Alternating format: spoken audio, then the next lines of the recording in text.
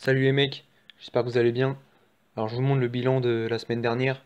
Donc seulement 7 paris, c'est du jamais vu. En 3 ans, j'ai jamais fait aussi peu de paris sur les buteurs en une semaine. D'habitude, je suis plus à entre 30 et 40. Là, seulement 7. Donc on est dans le positif. Si Belotti aurait mis son penalty par exemple, on serait largement dans le positif. Là, c'est passable sans plus. Et bon, sur 7 paris, c'est compliqué d'en tirer grand-chose. Donc hier, Burgstaller était remplaçant. L'entraîneur de Schalke a fait un peu tourner après le match de coupe. J'avais pris Di Santo, qui n'a pas marqué malheureusement. Donc là, c'est tous les paris en buteur que j'ai pris et que je vous ai pas proposé. Soit parce que, comme je vous l'avais dit la dernière fois, le lundi et le mardi de la semaine dernière, j'ai pas pu faire de vidéo parce que mon ordi a flambé. Hier également, Artem Dzyuba que je voulais prendre. Je vais voir les infos sur les sites étrangers et je vois que les deux coachs se sont mis d'accord, vu que Dzyuba est prêté par le Zénith, se sont mis d'accord sur le fait qu'il n'allait pas jouer. Sinon, ils allaient avoir une amende de 120 000 euros, je crois, un truc comme ça, ou 140 000 euros. Donc bah, je me dis, je vais pas vous le proposer, normal quoi, sinon vu qu'il va pas jouer.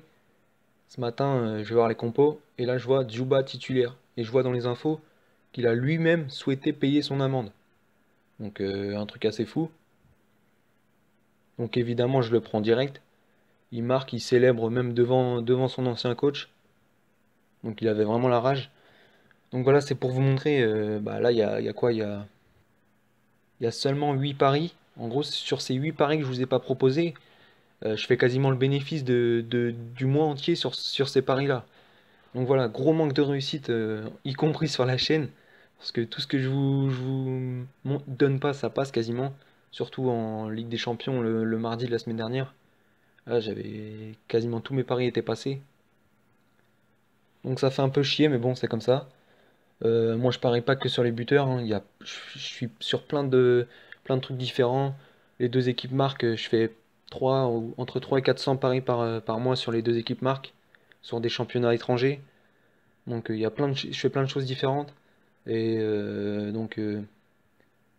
j'ai pas, je vois pas vraiment la différence sur ma bankroll, mais c'est hier que quand j'ai regardé ça, je me suis dit putain, mais tout ce que j'ai proposé, tout ce que j'ai pas proposé, c'est passé quasiment. Donc voilà, ça fait un peu chier parce que le mois est négatif sur YouTube, alors que moi, mon mois à moi, il est positif. Donc voilà, c'est comme ça.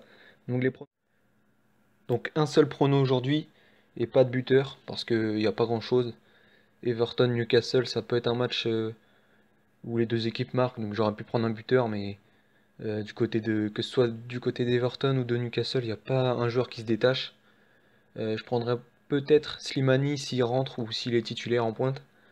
Et du côté de Bilbao aussi, Inaki Williams. Mais le souci avec Williams, c'est qu'il a toujours pas marqué à domicile cette saison. Tous les buts qu'il met sont à l'extérieur. Donc ça, c'est une stat qui me dérange un petit peu. Donc je préfère rien prendre.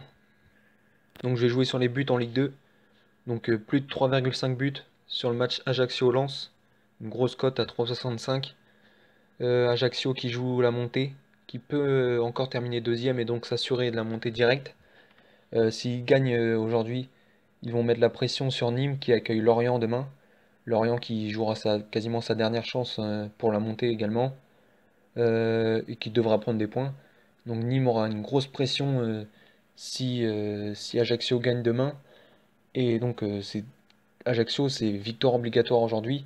Ils accueillent Lens. Lens, c'est une équipe qui est très très moyenne, même si bon, c'est un cadre du championnat français. Ils sont pas encore sauvés. Ils doivent encore prendre des points pour se sauver. Bon, ça sera compliqué pour eux en Corse, mais je les vois pourquoi pas marquer un but, et donc ce qui obligerait Ajaccio à marquer deux buts pour gagner. Donc ça peut être un match qui part vite, vite en couille également. Donc il suffit que Lens ouvre le score dans ce match en première mi-temps, et Ajaccio sera obligé d'en marquer deux, donc ça peut ensuite partir sur du 4-5 buts dans le match.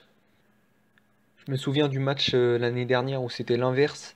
C'était Lens qui jouait la montée en Ligue 1. Et c'était un peu le même scénario. Lens devait gagner à tout prix pour pas lâcher. C'était au même moment dans le mois. Et Lens avait gagné 6-3 à Ajaccio. Donc c'était un match où il y a eu, je crois, 8 buts en première mi-temps. Donc Voilà, ça peut vite partir. Ajaccio va rentrer dans ce match en mettant une grosse intensité, une grosse pression. Il y a de très bons joueurs devant du côté d'Ajaccio. Lance, Kevin Fortuné aussi, il est en grosse forme, donc il peut très bien marquer. Moi, je vois Ajaccio marquer je vois un but dans les 20, 25 premières minutes, donc je pense que le match va se débrider et ensuite ça peut partir dans tous les sens. Donc pour moi, il y a une grosse value sur le l'over 3,5 et même sur l'over 2,5, mais je joue pas trop ces petites cotes. Donc à 3,65, 0,5%.